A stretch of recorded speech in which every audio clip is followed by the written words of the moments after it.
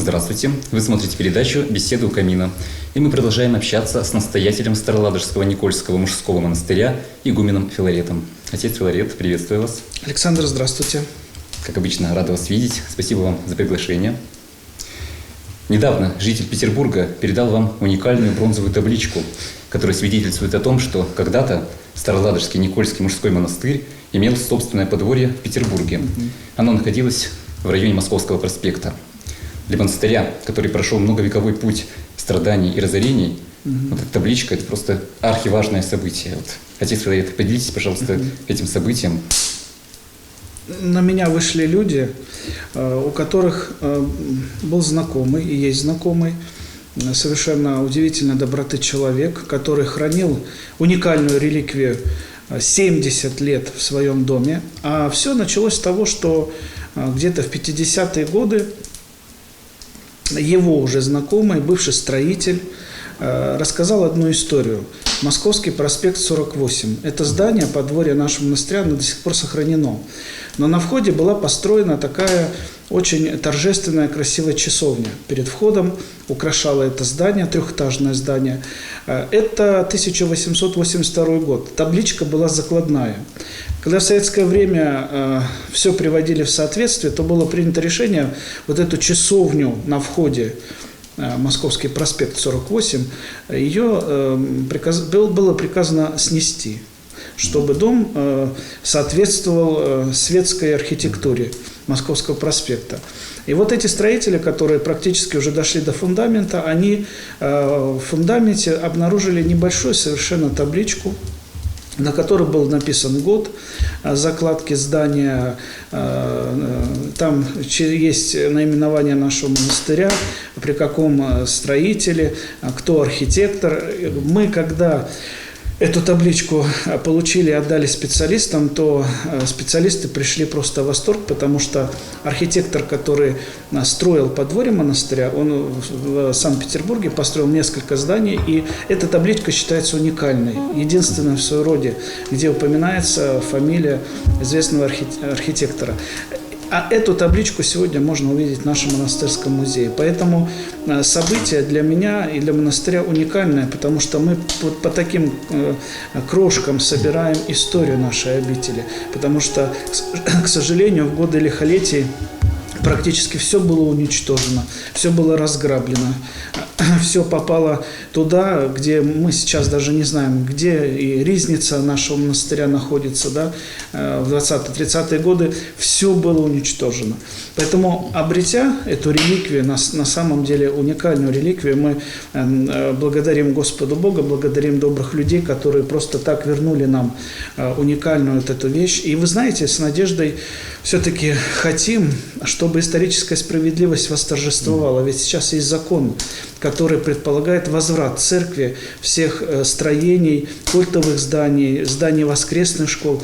Поэтому мы обязательно будем проводить такую плотную работу для того, чтобы в Санкт-Петербурге историческая справедливость была восстановлена, и мы так же, как и другие монастыри, имели бы свое подворье. Свое подворье ведь это представительство. А для чего оно необходимо? Оно очень необходимо нашему монастырю сегодня, когда мы развиваем паломнические направления, участвуем в туристическом сезоне, потому что людям в Санкт-Петербурге будет очень удобно прийти по определенному адресу, зайти в определенное помещение, которое будет рассказывать о монастыре, где можно будет узнать о паломнических, туристических направлениях и прочее, пообщаться с настоятелем, просто написать записку для того, чтобы передать монастырь.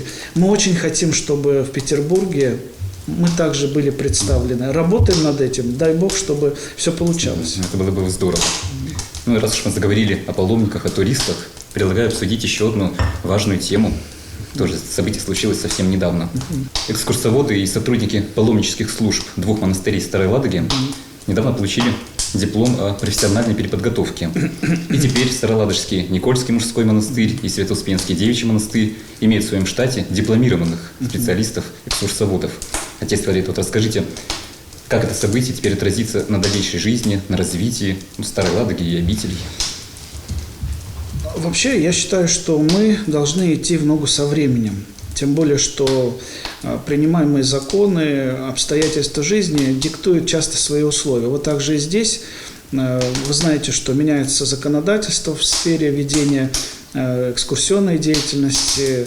В основном наши монастыри, они не ведут ту деятельность, которую в широком смысле осуществляют туристические фирмы, музеи, различные гиды-переводчики, потому что мы в основном осуществляем паломническую деятельность. То есть мы ведем экскурсии в рамках, когда люди посещают целенаправленно монастыри. То есть мы не занимаемся этой деятельностью и не оказываем никаких экскурсионных услуг. Но мы с Успенским монастырем приняли решение, что все-таки нужно проучиться, потому что мы учились несколько месяцев. Настолько люди получают переподготовку в сфере экскурсионной деятельности, да, и ведения такого туризма, написано в наших дипломах, в наших документах, учатся, по-моему, несколько лет. Но по моей просьбе современная Петербургская академия, которая имеет аттестацию, аккредитовывать, вести вот такую деятельность, да, пошла нам навстречу. Нам поставили очень жесткий график обучения, потому что в день нужно было прослушать. Все это было дистанционно, все это было очень удобно. Мы прослушали различные предметы в сфере ведения экскурсионной деятельности, вообще туристические направления, ознакомились, что такое пешие экскурсии, что такое экскурсионные автобусные туры. То есть на самом деле было очень интересно, как экскурсовод должен себя вести, что он должен говорить, какие внимания он должен заострять, когда общается с туристами, паломниками. То есть настолько это было очень здорово. Мы сдавали обширная программа подготовки. Мы практически понедельник, среда, пятница сидели за уроками. Мы сдавали тесты, были экзамены и все прочее. Большой самый экзамен был с 14 июня, когда мы сдавали уже практику. Нас садили в экскурсионные автобусы, мы ехали по Петербургу. У каждого из 12 человек была своя зона ответственности, когда человек включался в процесс экскурсии по Петербургу. И мы рассказывали, вот как бы мы себя вели в экскурсионном настоящем автобусе. Вот. И, безусловно, самое важное то, что мы сегодня уже подали документы на аккредитацию. Несколько выбрано маршрутов, в том числе, что удивительно интересно, наши экскурсоводы могут вести экскурсии по Петербургу. Но не только по Петербургу, а по Старой Ладоге в том числе, потому что мы заявлены как экскурсоводы, получающие аккредитацию Санкт-Петербург, Ленинградская область. Поэтому это очень большой прорыв в нашей деятельности, это большой подарок. И то, что, безусловно, мы получили образование, второе высшее образование некоторые получили. Это просто великолепно и здорово. Но и самое главное, я вам что еще хочу сказать, что все говорят, что мы впервые это сделали. Первый из всех. Никольский Успенский монастырь влился в эту работу, в интересную работу, да, замечательно мы ее прошли. И что самое важное, мы разработали методические указания, то есть также по законодательству экскурсоводы, которые ведут свою деятельность, в том числе должны быть разработаны определенные документы. Вот мы разработали методические указания, как по Никольскому монастырю, которым можем делиться с другими экскурсоводами, чтобы правильно все говорили, чтобы говорили актуальную информацию необходимую для наших гостей и прочее. Поэтому на самом деле проведена очень большая работа в этом направлении. И я очень надеюсь, что эти труды, они обязательно будут на пользу развития нашей Старой Ладоги, безусловно, и наших удивительно исторически важных для Ленинградской области монастырей, Успенского монастыря, Никольского монастыря. Вот, наверное, так бы я на это ответил. И когда уже ожидать начала этой деятельности экскурсионной? Она уже ведется, потому что мы принимаем сегодня гостей, наших паломников. Мы участвуем в той программе, которая продолжается реализовывать нашими 3 уже монастырями обители Северной Земли, когда по субботам мы везем уже паломников целенаправленно в нашу Старую Ладогу автобусом. Поэтому мы работаем. Для того, чтобы больше людей приезжало к нам, чтобы больше людей узнавало о Старой Ладоге церковной, о Старой Ладоге христианской. Вот это самое важное. Мы, христиане, говорим, раскрываем историю христианской Ладоги.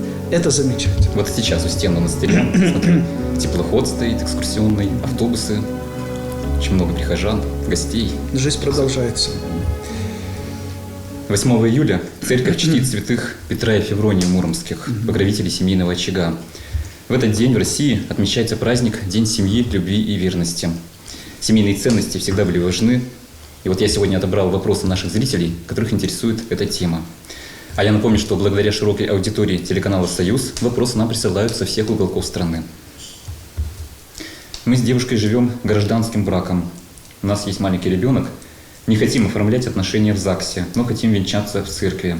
Скажите, пожалуйста, можно ли нам венчаться, не состояв при этом в официальном браке? Нет, дело в том, что на венчание приходят супруги, которые уже имеют государственную регистрацию. Почему это делается? Ну, понимаете, часто люди не очень, чтобы обезопасить себя и других, потому что зачастую венчаются, хотят повенчаться с другими, а государственный брак зарегистрирован с другим человеком. С одним человеком хотят повенчаться, хотя на документах они супруги совершенно других людей, понимаете? Чтобы не было путаницы, чтобы был порядок определенный, потому что все-таки из издревле гражданские браки даже признавались в языческие времена.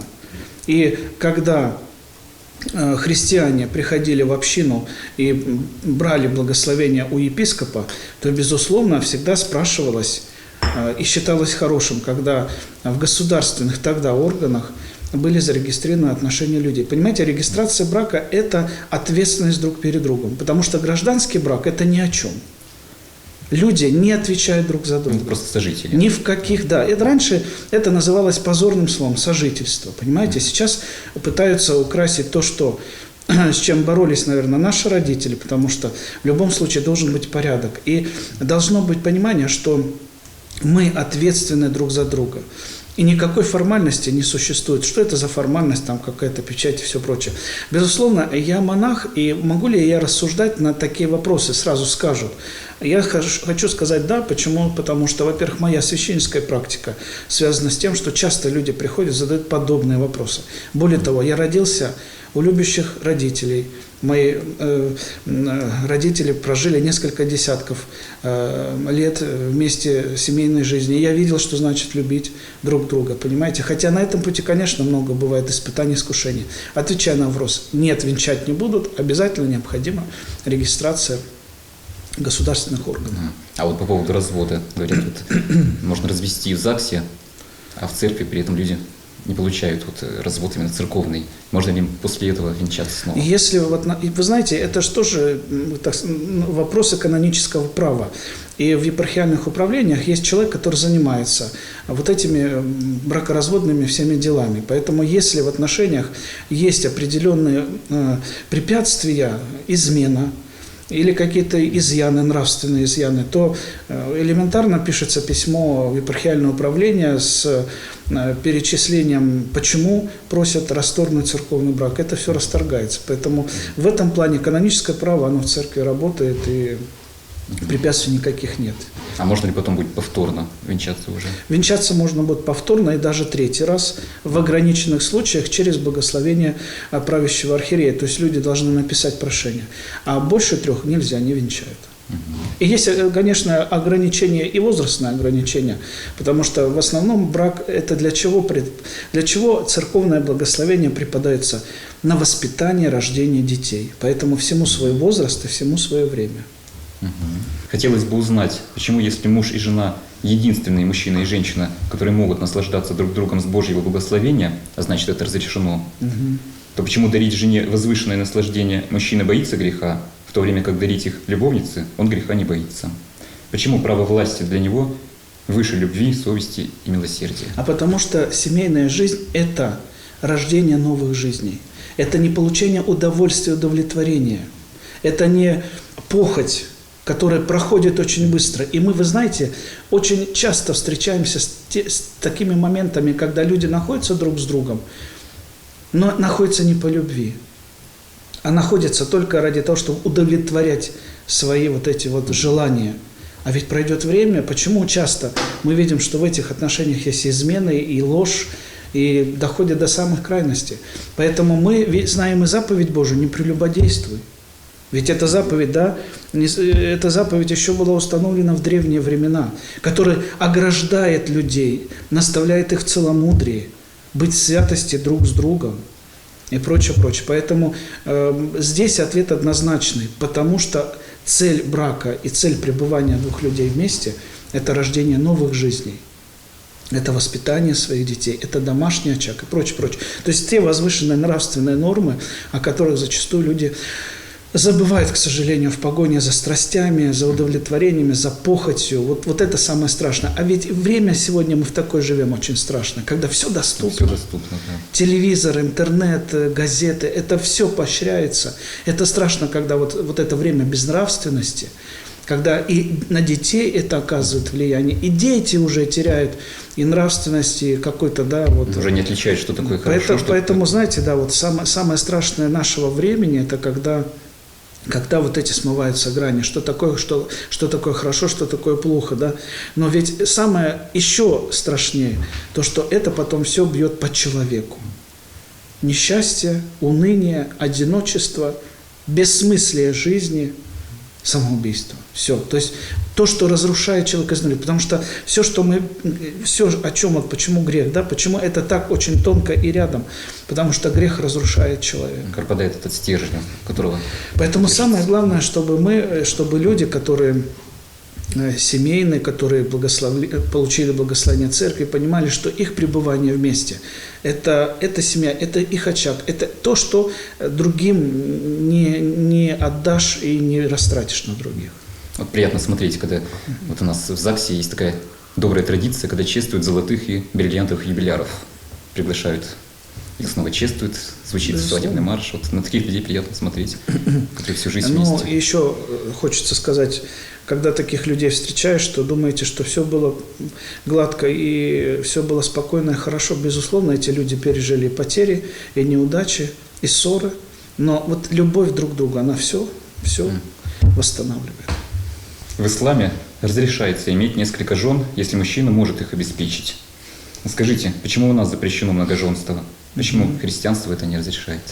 Ну, потому что это основа христианской религии. Написано, муж одной жены добывает. Это древнее установление. Кстати говоря, в восточной традиции, в иудейские времена, древние, там же разрешалось тоже многоженство. Почему? Потому что население Земли было очень малочисленным. Вот. А когда уже люди все-таки стали населять более плотно Землю, там Господь дал заповеди совершенно уже более строже, более похожими на те законы, по которым мы сегодня живем. Поэтому у нас принято все-таки понимать пребывание семья – это 1 плюс 1.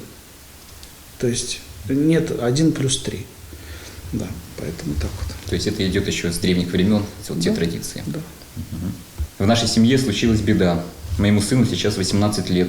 Он полюбил девушку, которая почти на 3 года младше его. Это была настоящая чистая любовь. Они были вместе 1,5 года. Когда они встретились, ей было 14, ему 16. Но когда моему сыну исполнилось 18, на него завели уголовное дело. Девушка в полном отчаянии, сын разбит. «Батюшка, скажите, пожалуйста, что происходит?» В Библии описано немало историй любви молодых, и это не считалось грехом. Почему сейчас молодой парень и девушка не могут любить друг друга? Во-первых, есть закон, по которому мы все существуем.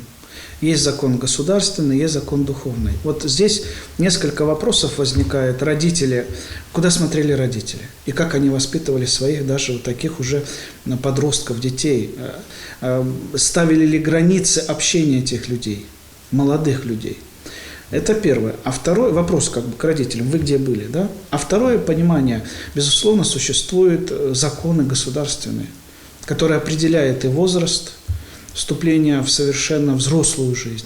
И если эти законы нарушаются, понимаете, законы, как кто-то из ученых говорил, что законы природы, они железные, их нельзя поменять. Законы государственные, которые определяют грани дозволенного, Они тоже являются нормой для того, чтобы общество оставалось обществом. Поэтому здесь уже ничего не поможешь. Надо было, знаете, как мы всегда говорим, прежде чем что-то сделать, надо подумать. Надо было думать тогда. Сегодня пожинает то, что есть. Живу в небольшом поселке. Полгода назад встретила парня, и мы друг друга полюбили. Недавно узнал о том, что это мой сводный брат. У нас оказался общий отец. Скажите, что нам теперь делать? Тоже такая интересная история. Судя по вопросу, безусловно, все остановить. И нужно, если человек церковный, нужно идти на исповедь. Вот и все. Потому что это тоже есть нарушение канонического права и христианских норм. Поэтому здесь, понятно, грех незнания, но, знаете, незнание не освобождает от ответственности. Есть грех, когда человек специально делает, а есть грех по незнанию, но он остается грехом. То есть тем действием, которое разрушает человека. Поэтому тоже кратко отвечаю на это, надо это прекратить, если это есть. И, безусловно, прекратить отношения, возможно, если какие-то близкие были, да, вот, если родственные останутся, слава Богу, но обязательно нужно поисповедоваться. Я думаю, что священник обязан будет даже наложить какую-то эпитимию для того, чтобы как-то исцелить душу человека, потому что это будет всегда давлеть над это еще этими персонажами. Повезло, что не зашло слишком далеко. Вот. Хорошо.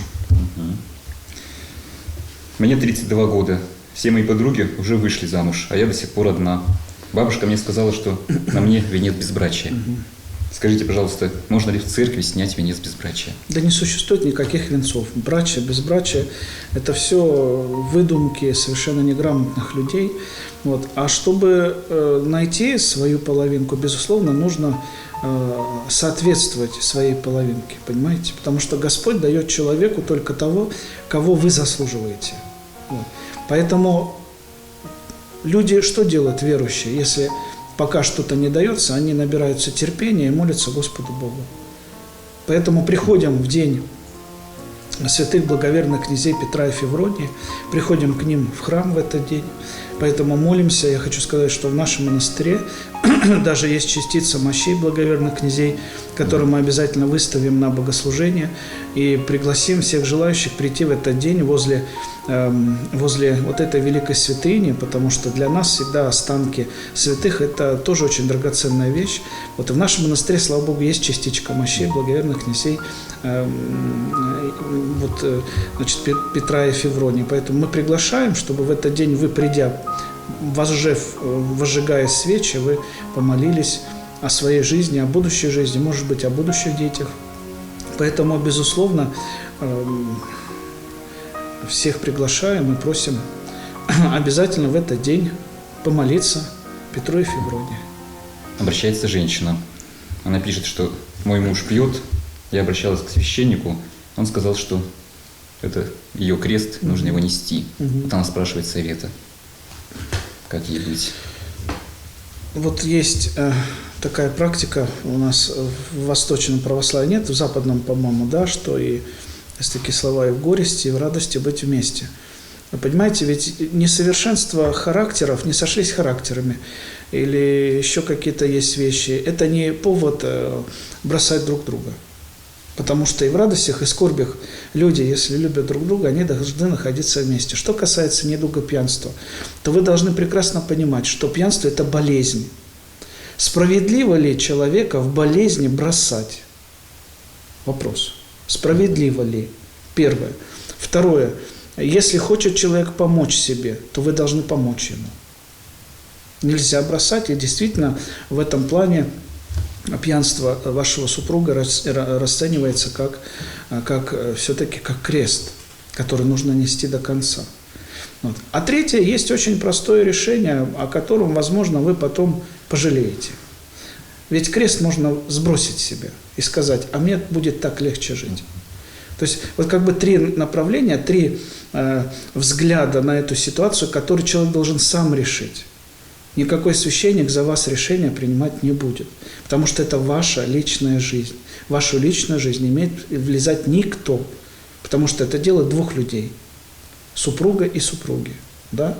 Вот. Но еще, ведь знаете, какое есть понятие, где тоже надо настолько быть аккуратными, когда человек, имея вот такую болезнь, не желает с ней справляться, более того, эта болезнь оказывает пагубное влияние на семью в целом, когда начинают бить супругу, гонять детей и все прочее. Вот здесь тоже надо как-то, понимаете, звонить во все колокола и что-то менять в этой ситуации, потому что ведь часто может дойти до убийства. То есть, видите, насколько не существует на такие вопросы, не существует однозначных решений, ответов. И сегодня, о чем люди нас спрашивали, наверное, для них это очень важно, и они переживают за эти ситуации. Но невозможно дать рецепт, который бы исправил все в 1 минуту. Иногда на это нужен процесс. Поэтому, безусловно, и семейная жизнь непростая, и монашеская жизнь непростая. Но это все наши жизни, которые надо идти, которые надо пройти. И, наверное, испытания, которые приходят, это тоже для чего-то Бог нам посылает. Отец Филарет, к сожалению, наша передача подходит к концу. Благодарю вас за интереснейшую беседу. Все было замечательно. И в конце передачи, по традиции, в преддверии праздника Петра и Февронии, я вас попрошу обратиться к нашим телезрителям, к вашим прихожанам. Дорогие братья и сестры, традиционно перед праздниками, безусловно, мы желаем Божьего благословения каждому из вас, чтобы Господь по молитвам Петра и Февронии даровал бы нам, нашим семьям, крепкую любовь, преданность. Храните друг друга, храните мир в своих семьях, молитесь о своих детях. Это, наверное, самое важное, что сегодня можно пожелать в наше непростое время. Да хранит всех нас Господь. Еще раз огромное спасибо. А я напомню, вы смотрели передачу «Беседа у камина». Дорогие друзья, присылайте ваши вопросы игумену Филарету через сайт Староладожского Никольского мужского монастыря или страничку Волхов ТВ. На сегодня это все. Всего доброго и до встречи. Вас приглашает в незабываемое путешествие Никольский мужской монастырь в Старой Ладоге. Уникальный паломнический экскурсионный тур выходного дня – это возможность провести время в стенах древней обители, встретиться с настоятелем монастыря, трапезничать с братьями по монастырскому уставу, а также для вас подготовлена экскурсионная программа по обители и храмам Старой Ладоги. Не упустите возможность посетить поистине удивительное место. Место, где пересекается прошлое, настоящее и вечное –